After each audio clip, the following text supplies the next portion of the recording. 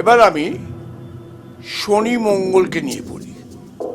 শনি মঙ্গলে অনেক ক্ষেত্রে দুর্ঘটনার যোগ দেখা যায় এবং বড় ধরনের দুর্ঘটনার যোগ আমরা পেয়েছি।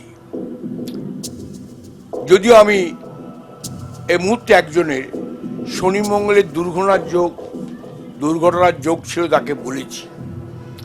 হঠাৎ কয়েকদিন আগে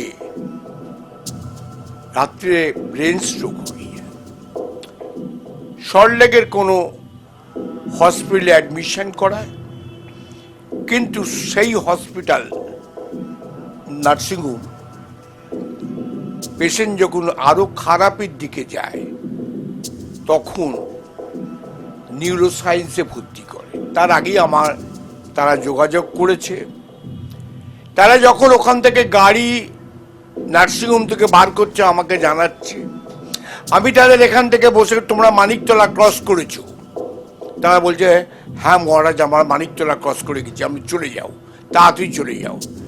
সেখান থেকে তার নাম হচ্ছে সুমন সাহা, 322 নম্বর বেড নম্বর।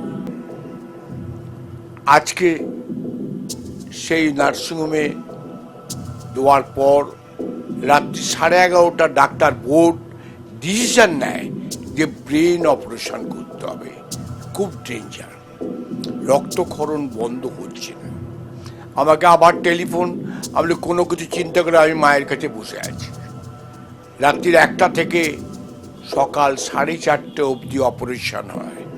5টায় বেডে গিয়ে ডাক্তার জানায় অপারেশন সাকসেসফুল। কিন্তু পেশেন্টের জ্ঞান আসছে না। আমাকে বলল, মহারাজ, তার মা বলল, মহারাজ, আমার ছেলেকে আমার কোলে ফেরত দেবেন না।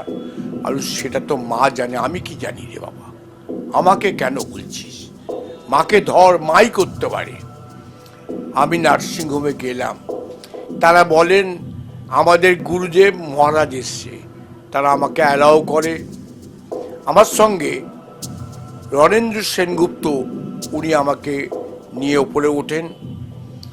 আমি যখন তাকে মাথায় জব দিই তখন সে চোখ পিটপিট করে চায়।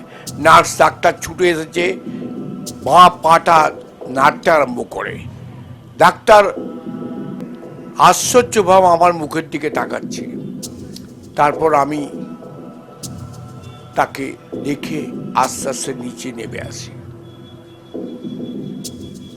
তারপরে পেশেন্ট ক্রমাগতই সুস্থ হতে চলেছে।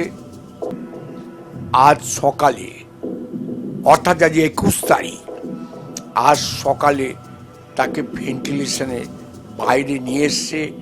পেশেন্ট চিনতে পারছে। এই যে মায়ের কি মহিমা আমি আদৌ বলতে পারবো না। মহারাজ কল্যাণেশ্বর চেষ্টা করে,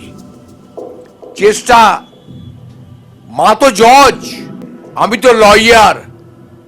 আমি মায়ের কাছে আবেদন করে মাকে জানাই, হ্যাঁ রে মা, ওই মেয়েটার সিঁদুর শাখা তুই কেড়ে দিবি, তুই কেমন মারি? এই কথা বলে যখন মাকে জানাই, মা হয়তো মুগ্ধ হয়ে আমার চোখের জল, তারা যে প্রত্যেকে মাকে ডাকছে, সব কিছু মিলিয়ে মা হয়তো হাতটা তোলে। এর চেয়ে বড় কথা কি বলবো?